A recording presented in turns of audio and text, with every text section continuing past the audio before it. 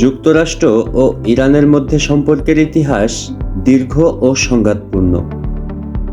এই সম্পর্কে একটি গুরুত্বপূর্ণ মোড় আসে 2020 সালের জানুয়ারিতে, যখন মার্কিন ড্রোন হামলায় ইরানের সামরিক নেতা কাসেম সোলাইমানি নিহত হন। আজকের ভিডিওতে আলোচনা করব সোলাইমানি হত্যা পরবর্তী দুই দেশের মধ্যকার উত্তেজনাকর পরিস্থিতি নিয়ে। এই হামলা কেবল একটি সামরিক পদক্ষেপই ছিল না, বরং এর মাধ্যমে দুই দেশের মধ্যে উত্তেজনা চূড়ান্ত পর্যায়ে পৌঁছায়।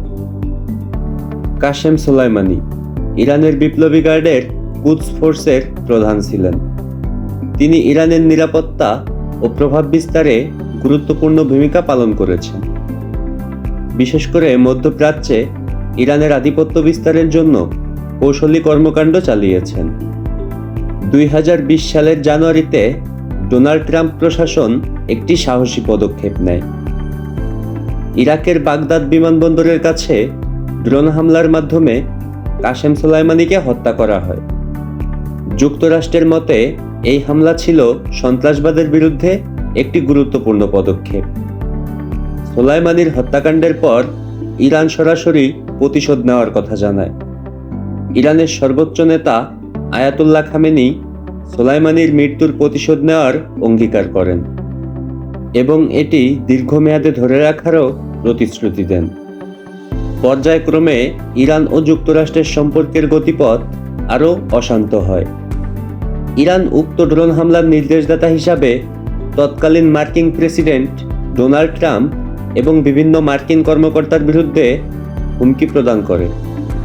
এছাড়াও বিভিন্ন ইরান সমর্থিত গোষ্ঠী ইরাক সহ অন্যান্য অঞ্চলে মার্কিন সেনাদের উপর হামলা চালায়।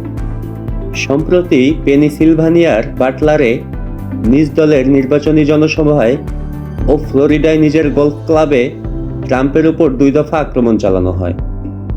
যদিও ইরান এই হত্যাচেষ্টার দায় স্বীকার বা অস্বীকার কোনোটাই করে না, তবে ট্রাম্পের প্রধান অভিযোগ ইরানের বিরুদ্ধে, যেখানে ইরানের Islamic Revolutionary Guard Corps IRGC Soleimani হত্যার পর ট্রাম্পকে হত্যার নির্দেশ দেয়। অভিযোগে বলা হয়েছে IRGC এর পক্ষে যুক্তরাষ্ট্রের কিছু অপরাধী চক্র সহায়তা করেছে।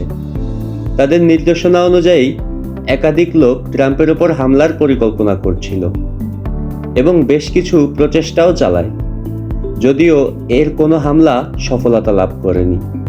এছাড়াও ট্রাম্পের অন্যান্য কিছু নির্বাচনী জনসভা থেকে সন্দেহভাজন কয়েকজনকে সাময়িক আটক করা হয়, তবে সেই ব্যক্তিরা হত্যার উদ্দেশ্যে কাজ করছিল বলে সরাসরি কোনো প্রমাণ পাওয়া যায়নি। এই কারণে মার্কিন সরকার ইরানকে প্রধান দোষী হিসেবে উল্লেখ করেছে এবং তদন্ত কার্যক্রম অব্যাহত রেখেছে। যদিও এখনো তেমন কোনো আক্রমণ সফল হয়নি, তবে ইরান তাদের হুমকি থেকে সরেও আসেনি। শেষ কথা হলো, কাসেম সোলাইমানির মৃত্যু ইরান ও যুক্তরাষ্ট্রের মধ্যে একটি নতুন সংঘাতের অধ্যায় খুলে দিয়েছে।